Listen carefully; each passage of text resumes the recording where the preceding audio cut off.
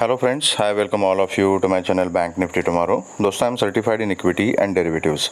मैंने आपके सामने बैंक निफ्टी स्पॉट का वीकली टाइम फ्रेम का चार्ट यहाँ पर डिस्प्ले किया हुआ है। तो चलिए बात करते हैं कि हमारा वीकली एनालिसिस क्या था एंड इस वीक में कैसे परफॉर्म किया मार्केट ने, आने वाले वीक में हम क्या कर सकते हैं। ठीक है, तो हमने ये जोन की बात की थी, सपोर्ट की।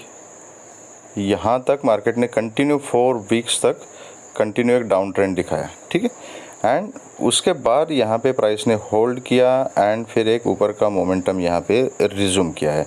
नाउ इस हफ्ते की जो ये कैंडल है, this is a proper bullish candle and ये कंटिन्यू अगर आप देखोगे, ये रेड कैंडल के बाद ये बॉटम पकड़ लीजिए, क्योंकि this was the same support zone जो हम डिस्कस कर रहे थे। एंड उसके बाद किसी भी कैंडल ने प्रीवियस कैंडल के नीचे क्लोजिंग नहीं दी है, क्लोजिंग ऊपर की तरफ ही है और एक ऊपर का यहाँ पे तकरीबन 2300 पॉइंट्स की रैली तकरीबन मार्केट ने यहाँ पे दी है। ठीक है, तो this is a bullish sign. Overall pattern देखोगे तो ट्रेंड अप ट्रेंड ही है। यहाँ से जब मार्केट ने यहाँ बॉटम पकड़ा एंड ये this is how market is going up now. अब इम्पॉर्टेंट चीज़ क्या है, ये अगर कैंडल अगर आप देखोगे तो ऑलमोस्ट ऑल टाइम हाई के पास जाके बैंक निफ्टी यहाँ पे रिवर्स हुई है। मतलब क्लोजिंग जो है वो थोड़ा नीचे दिया है 46,231 के पास। ठीक है, and all time high is 46,370 का है, 369.50 प्रिसाइजली। तो अब अगर यहाँ पर स्ट्रक्चर आप देखोगे तो कौन सा स्ट्रक्चर बन सकता है, प्रोबेबिलिटी क्या है। अगर इसके ऊपर चला गया, this is the important level of all time high, यहाँ से स्विंग शुरू हो गई तो ये पैटर्न मार्केट कंटिन्यू कर सकती है। This is one probability. दूसरा chance, this is one top, this is another top and यहाँ से अगर नीचे आती है मार्केट तो ये एक डबल टॉप का स्ट्रक्चर भी बन सकता है। फिर डिपेंड करता है कि इसको ब्रेक करके नीचे आएगी और डाउन ट्रेंड कंटिन्यू करेगी या क्या करेगी। ठीक है, तो this is second probability. And third probability क्या है कि यहाँ पे मार्केट थोड़ा सा रेंज बाउंड हो सकती है, राइट। तो इसके अलावा मार्केट में और कोई चाल होती नहीं। अब सबसे इम्पॉर्टेंट क्या है, we have to work out the probability based on the chart. Nifty ने ऑलरेडी एक नया हाई क्रिएट किया है। Bank Nifty is still behind, लेकिन ऑल टाइम हाई से थोड़ा 100-150 पॉइंट ही पीछे है, राइट। तो यहाँ पर अगर कंटिन्यू ये ऊपर चली जाती है, जाने के लिए मार्केट जा सकती है, मार्केट इज सुप्रीम, अगर उतनी पॉजिटिविटी है तो कंटिन्यू ये रैली ऐसे ही ऊपर की तरफ जा सकती है। बेस्ट वे विल बी कि ये इम्पॉर्टेंट लेवल है, यहाँ पे थोड़ा सा प्राइस होल्ड करके अगर इसको ब्रेकआउट दे देगी तो वो ब्रेकआउट सस्टेन होने के जो चांसेस है वो ज़्यादा है। ये कंटिन्यूस अगर ऊपर जाती रहेगी, क्योंकि इसमें अभी तक पिछले 1 2 3 4 वीक से अगर देखोगे, मतलब टोटल 5 वीक, ठीक है, ये फर्स्ट वीक में यहाँ पे प्राइस ने होल्ड किया एंड उसके बाद धीरे धीरे ऊपर जाना शुरू कर दिया और पिछले 1 महीने में, मतलब 4 वीक्स में ये फिर से ऑल टाइम हाई के पास आ चुकी है। ठीक है, तो ये 2300 पॉइंट की रैली है टोटल। इसके बाद बायर्स थोड़े से एग्जॉस्ट हो जाते हैं, राइट। तो अगर यहाँ पे प्राइस थोड़ा सा कंसोलिडेट करे या थोड़ा सा हल्का रिट्रेस हो जाए तो उस केस में क्या है, फिर से नई बाइंग पोजीशन बन सकती है, पोजीशन ऐड हो सकती है एंड उसके बाद एक आपको ऊपर का मोमेंटम देखने को मिल सकता है। ठीक, तो this is how weekly chart is telling us. Chart strong है, बुलिश है, लेकिन ऑल टाइम हाई के ऊपर जब तक मार्केट सस्टेन नहीं होती और ट्रेड करना शुरू नहीं करती तब तक we have to be little careful and cautious. अब देखते हैं कि डेली चार्ट हमें क्या इंडिकेट कर रहा है। अगर हम डेली चार्ट के ऊपर देखेंगे तो ये एक बहुत ही अच्छा बढ़िया पैटर्न बना के मार्केट ऊपर की तरफ गई है, इस तरीके से हायर हाई हायर लो बनाते हुए। एंड ये जो कैंडल है, ये candle it is not a negative candle, it is a positive candle only and closing है 46,231 का। Okay, this was a breakout level जो 45,000 का जो जोन था एंड देन देयर आफ्टर ये 45,200 का जो जोन था। ठीक है, this is the important support zone. तो अभी डेली टाइम फ्रेम के ऊपर अगर देखोगे तो क्या इंडिकेशन हमें मिल रहा है कि अगर ये 46,000 के नीचे फिर से, मतलब जो कल का जो कैंडल है, लास्ट कैंडल जो है, उसके लो के नीचे अगर इसने ट्रेड करना शुरू कर दिया तो फिर से ये 45,200 के जोन तक आ सकती है। मतलब this was a breakout level, breakout zone. तो ये इस टाइप का पैटर्न बन गया, तो यहाँ से ये रिट्रेस यहाँ तक हो सकती है एंड फिर अपना अप ट्रेंड रिज्यूम कर सकती है। ठीक है, दिस इज़ वन पॉसिबिलिटी। दूसरी पॉसिबिलिटी क्या है कि एक हल्का सा रिट्रेसमेंट यहाँ पे करें एंड उसके बाद अपना पैटर्न रिज्यूम करें।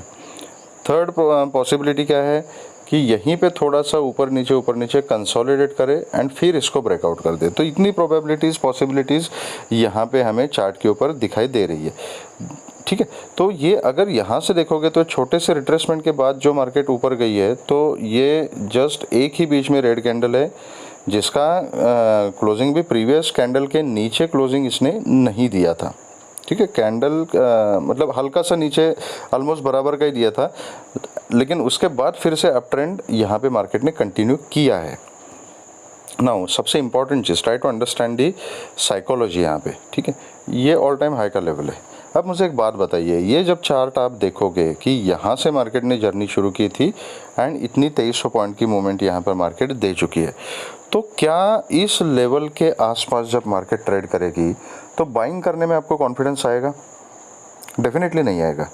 ठीक है, क्योंकि हमें पता है मार्केट टॉप पे है, अगर यहाँ से करेक्शन आ गया तो एक फ्यूरियस करेक्शन आ सकता है। और हमेशा याद रखिएगा, जो बुल करेक्शन होते हैं ना, वो फ्यूरियस करेक्शन होते हैं।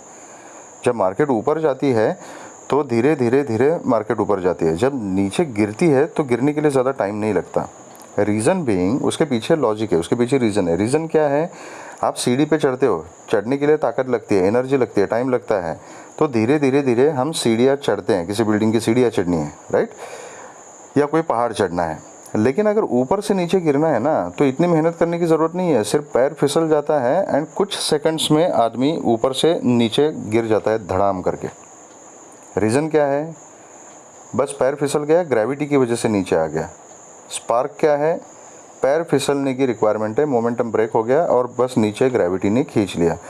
यहाँ पर जो चीज़ें होती है मार्केट में, it is just like the same thing. अगर ऊपर जाना है तो बाइंग प्रेशर बढ़ाना पड़ेगा, तो वॉल्यूम्स डालने पड़ेंगे, बड़े वॉल्यूम्स में, बड़ी क्वांटिटी में यहाँ पे बाइंग करना पड़ेगा, बायर्स को एक्यूमुलेट होना पड़ेगा। ठीक है, तो जितने लोगों ने यहाँ पे बाइंग की है, अब ऊपर से अगर मार्केट को नीचे आना है, जब ये ऐसे टॉप से नीचे आती है, सेलिंग प्रेशर अगर आना है, तो करना क्या है? सिर्फ जो बाइंग के ऑर्डर्स इतने सारे जो है ना, उसको बस स्क्वायर ऑफ करना है। प्रॉफिट बुकिंग तो वहीं से शुरू हो गया एंड फिर जैसे ही मार्केट ने नीचे डाउन ट्रेंड शुरू कर दिया तो सेल की नई पोजीशंस बना दो, तो सेल का वॉल्यूम भी बढ़ गया, राइट। तो दैट इज़ द रीज़न कि बुल करेक्शन हमेशा फ्यूरियस होते हैं। अब बायर्स को, तो इसका मतलब क्या है कि अगर ये डेली चार्ट अगर आप देखोगे तो आपको कॉन्फिडेंस थोड़ा ज़्यादा आएगा कौन सी पोजीशन लेने में, बाइंग की या सेलिंग की। अगर आप यहाँ पे सेल साइड की पोजीशन लेना चाहते हो तो आपके पास रीज़न है, लॉजिक है। और वो लॉजिक क्या है कि market is at all time high, all time high को अभी तक मार्केट ने क्रॉस नहीं किया है, तो वहाँ से एक सेल की ऑर्डर मैं यहाँ पे डालता हूँ with a very small stop loss. अगर यहाँ से रिजेक्शन ले लिया मार्केट ने तो मुझे अच्छा खासा प्रॉफिट मिल जाएगा। एंड सपोज़ अगर मेरा स्टॉप लॉस मार्केट ने हिट कर दिया तो इसका क्या मतलब है कि मार्केट अपना अप ट्रेंड रिज्यूम करना चाहती है, तो बस मैं डबल क्वांटिटी में अपनी सेल की जो पोजीशन है उसका मैं स्टॉप लॉस में ले लूँगा एंड फिर डबल क्वांटिटी में मैं बाइंग की पोजीशन डालूंगा एंड बाइंग करूँगा दबा के, और ऊपर के टारगेट्स मुझे मिल जाएंगे, राइट। तो this is the psychology. We have to understand कि how big players, how the smart money is taking the positions here. तो स्मार्ट मनी के पास एक अच्छा खासा रीज़न है कि अगर ऑल टाइम हाई को मार्केट क्रॉस नहीं कर पाती है, उसके नीचे ही अगर रहती है, तो नए ऑर्डर्स बनाने की प्रोबेबिलिटी वहाँ पे ज़्यादा है। ठीक है, try to understand this psychology. Now why I am saying कि यहाँ पे कंसोलिडेट करके थोड़ा सा रिट्रेस होकर ऊपर जाना will be very very positive thing for the market, और उसमें फिर वो ब्रेकआउट जो है वो ज़्यादा देर तक सस्टेन रहेगा। उसका रीज़न क्या है मैं बताता हूँ। अगर सपोज ये इसी फ्लो में डायरेक्ट ऊपर गया ना, तो एक भी करेक्शन बीच में नहीं आया है, कहीं ना कहीं तो लोगों को प्रॉफिट बुकिंग करनी है, अपनी पोजीशन हल्की करनी है, तो वो करेक्शन कभी भी आ सकता है, कब आएगा हमें नहीं पता। लेकिन वो करेक्शन अगर अभी आता है, या तो प्राइस यहाँ पे होल्ड करता है, अगर रेंज बाउंड होता है, कंसोलिडेट करता है कुछ दिन तक, तो उससे क्या हो जाएगा? उससे फर्स्ट ऑफ ऑल जो लॉजिक मैंने बताया आपको कि ये सेल साइड की जो पोजीशन है ना, वो सेलिंग की पोजीशन यहाँ पे ज़्यादा से ज़्यादा ऐड ऑन हो जाएगी। ओके, दूसरी चीज़, जब यहाँ पे बायर्स की पोजीशन थोड़ी सी हल्की हो जाएंगी, थोड़ा सा प्राइस रिट्रेस हो जाएगा या कंसोलिडेट हो जाएगा, तो नई बाइंग पोजीशन क्रिएट हो जाएगी, तो मतलब बाइंग प्रेशर बिल्टअप हो जाएगा, सेलिंग की पोजीशन भी क्रिएट हो जाएगी, एंड इसी का मतलब है कि मार्केट कंसोलिडेट होती है। जब बाइंग की पोजीशन भी बनती है, सेलिंग की पोजीशन भी बनती है, और market is yet to decide the direction, तब मार्केट कंसोलिडेट करती है। नाउ जब ये हो जाएगा उसके बाद, ये क्या हो गया, एक मिनट, ओके सॉरी, अब जब ये हो जाएगा उसके बाद जैसे ही प्राइस ऑल टाइम हाई के ऊपर सस्टेन हो जाएगा ना, तो आपको क्या मिलेगा, नेचुरली शॉर्ट कवरिंग, क्योंकि ये जो सेल की जितनी भी पोजीशन बनी है वो पूरी स्क्वायर ऑफ हो जाएंगी, वो शॉर्ट्स पूरे कवर हो जाएंगे, एंड उससे डबल क्वांटिटी में वहाँ पे बाइंग का वॉल्यूम बढ़ेगा, which will take the market to the new high. तो that is why it is very important कि प्राइस यहाँ पे थोड़ी सी कंसोलिडेट हो जाए। बट ठीक है, एनीवेज वो अपने हाथ में नहीं है, we are just trying to understand the logic कि ऐसा सिनेरियो मिलता है तो हमने उससे क्या इन्फ्रेंस निकालना है और अपना सेटअप हमने कैसे बनाना है। ठीक है, तो I hope you understand this logic. अभी इंट्राडे के लिए किस तरीके से काम करना है ये हम डिस्कस करते हैं 5 मिनट्स के चार्ट के ऊपर, कि मंडे को हमने किस तरीके से काम करना है और अपना सेटअप क्या होना चाहिए। ठीक है, ओके, तो मैं जस्ट थोड़ा सा रेफरेंस के लिए लेवल जो है अपने वो लेवल्स भी डिस्प्ले करता हूँ। ओके, तो हमारा जो लास्ट टाइम डिस्कशन था कि ऊपर हमें 280 300 तक के टारगेट मिल सकते हैं, तो मार्केट ने उसके रिस्पेक्ट की, यहाँ से एक बार प्रॉफिट बुकिंग आ गई, फिर से सपोर्ट हमने 4630 का एक लेवल इंपॉर्टेंट डिस्कस किया था, यहाँ से फिर धीरे धीरे बाइंग प्रेशर बिल्टअप हो गया, एंड 307 का कहीं ना कहीं हाई लगा के मार्केट ने नीचे थोड़ा सा क्लोजिंग दिया है, एंड 46,154। तो ये लाइव मार्केट में ये लेवल मैंने अपडेट किया था, this is a very important level. तो 46,154 के आसपास मार्केट ने यहाँ पे क्लोजिंग दिया है। तो अभी इंपॉर्टेंट क्या है, सबसे ज़्यादा इंपॉर्टेंट चीज़ जो मैंने आपको दोनों टाइम फ्रेम में बताई, weekly and daily time frame के ऊपर, अभी जब तक मार्केट ये ऑल टाइम हाई के ऊपर सस्टेन नहीं होती, मतलब क्लोजिंग नहीं देती, डेली बेसिस पे क्लोजिंग देके अगर फॉलो अप आता है तो नथिंग लाइक दैट। ठीक है, तो जब तक ये नहीं होता तब तक सबसे इम्पॉर्टेंट काम करना है वो है अपनी क्वांटिटी रिड्यूस करनी है, चाहे वो ऊपर की तरफ हो नीचे की तरफ हो, कोई प्रॉब्लम नहीं, क्वांटिटी रिड्यूस करनी है जब तक मार्केट का डायरेक्शन क्लियर नहीं होता। ठीक है, बाकी लॉजिक्स मैंने आपको बता दिए। तो अगर मार्केट यहाँ पे अगर कहीं 150 टू 300 के बीच में अगर खुलती है तो वेट ही करना है।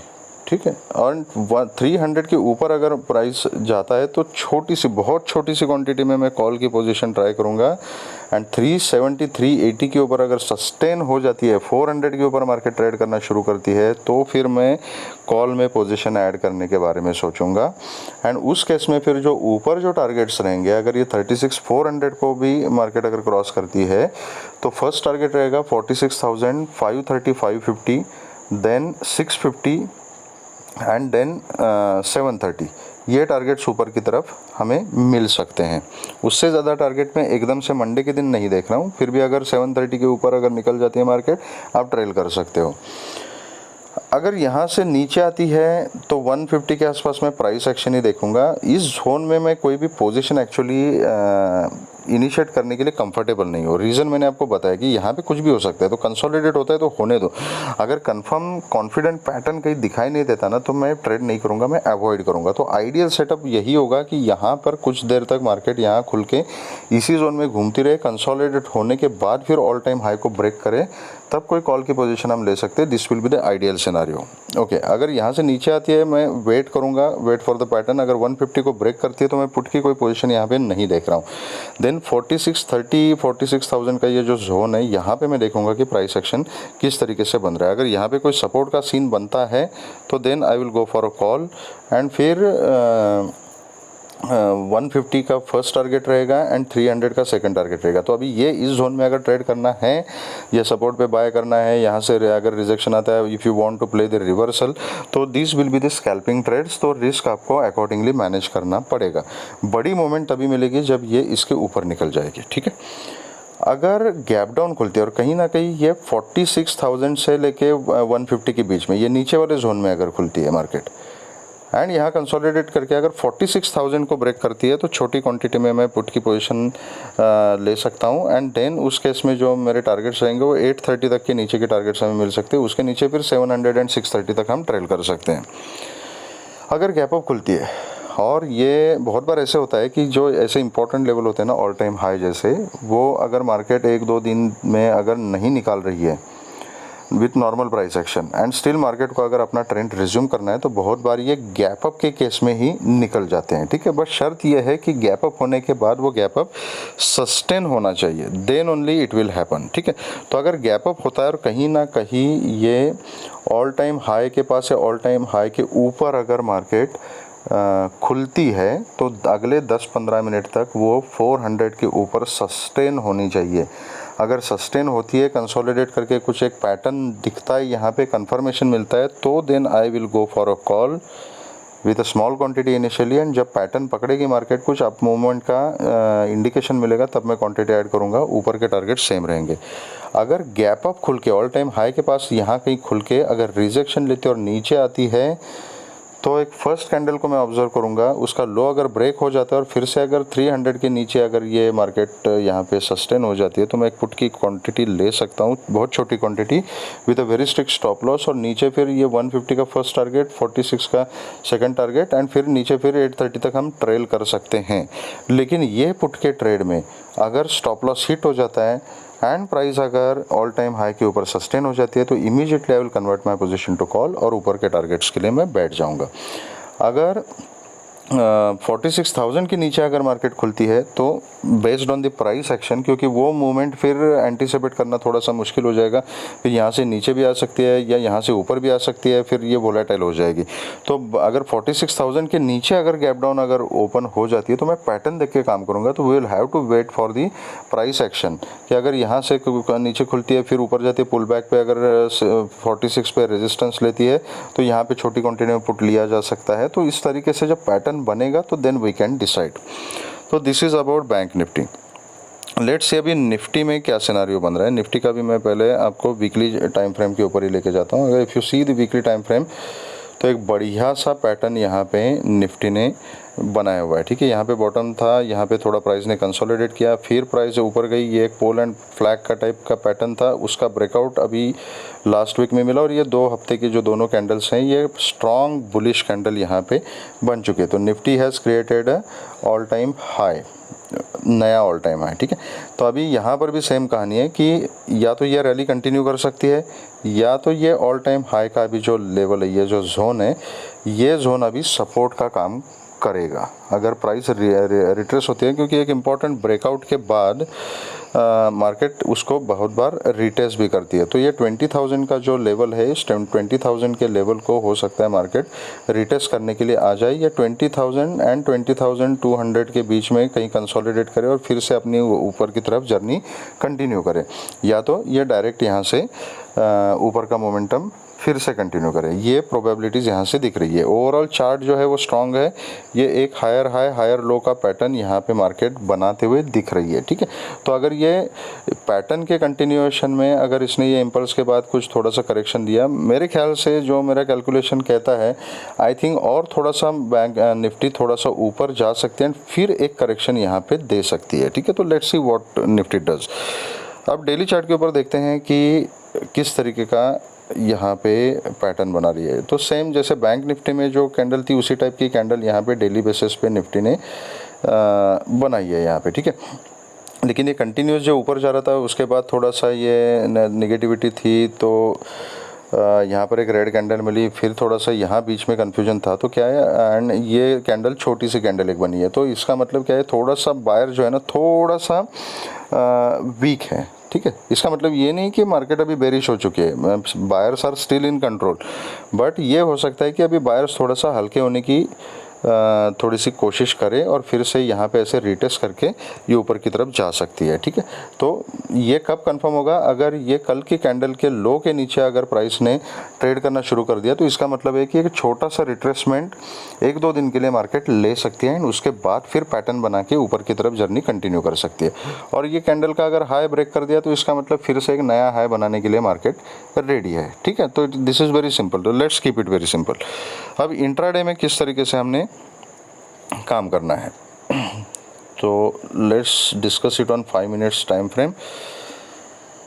ओके, तो ये जो लेवल है अभी 20,170 का level, this is a important level and ऊपर का जो लेवल है 20,225 का जो है वो हाई है। ठीक है, रुको मैं इस लेवल को थोड़ा सा एक्चुअल एडजस्ट कर ही लेता हूँ as per the levels shown on the chart. Okay, so 222 का हाई यहाँ पर निफ्टी ने लगाया हुआ है।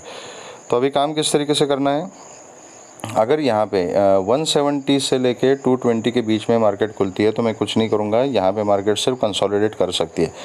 बाइंग की पोजीशन तभी पॉसिबल है जब ये 225 पकड़ लीजिए, 225 के ऊपर जब ट्रेड करना शुरू करेगी तो मैं छोटी क्वांटिटी में कॉल की पोजीशन लूँगा। First target will be around 20,240-250 का जोन, देन 270 एंड देन 300 330, ये टारगेट ऊपर की तरफ मिल सकते हैं। यहाँ कंसोलिडेट करके अगर नीचे आती है एंड ये 170 का लेवल अगर ब्रेक करती है तो एज अ स्कैल्पिंग ट्रेड अगर किसी को पुट लेना है तो ले सकते हैं with a very strict stop loss. Sorry, फिर ये 20,140-150 का जो जोन है this will be the first target. उसके बाद 100 तक फिर आ सकती है निफ्टी एंड 100 के नीचे फिर 20,070 एंड देन 20,040, ये लेवल्स हमें नीचे की तरफ मिल सकते हैं। ठीक है, लेकिन किसी भी हालत में क्वांटिटी कम रखनी है। अगर गैप अप खुलती है 20,225 के ऊपर ही खुलती है और सस्टेन हो जाती है, I am interested in call. अगर गैप अप खुल के फिर से ये 220 के नीचे ट्रेड करती है तो छोटी क्वांटिटी में पुट का ट्रेड इनिशिएट किया जा सकता है। 170 तक के इनिशियल टारगेट्स रहेंगे, उसके नीचे हम 100 तक ट्रेल कर सकते हैं।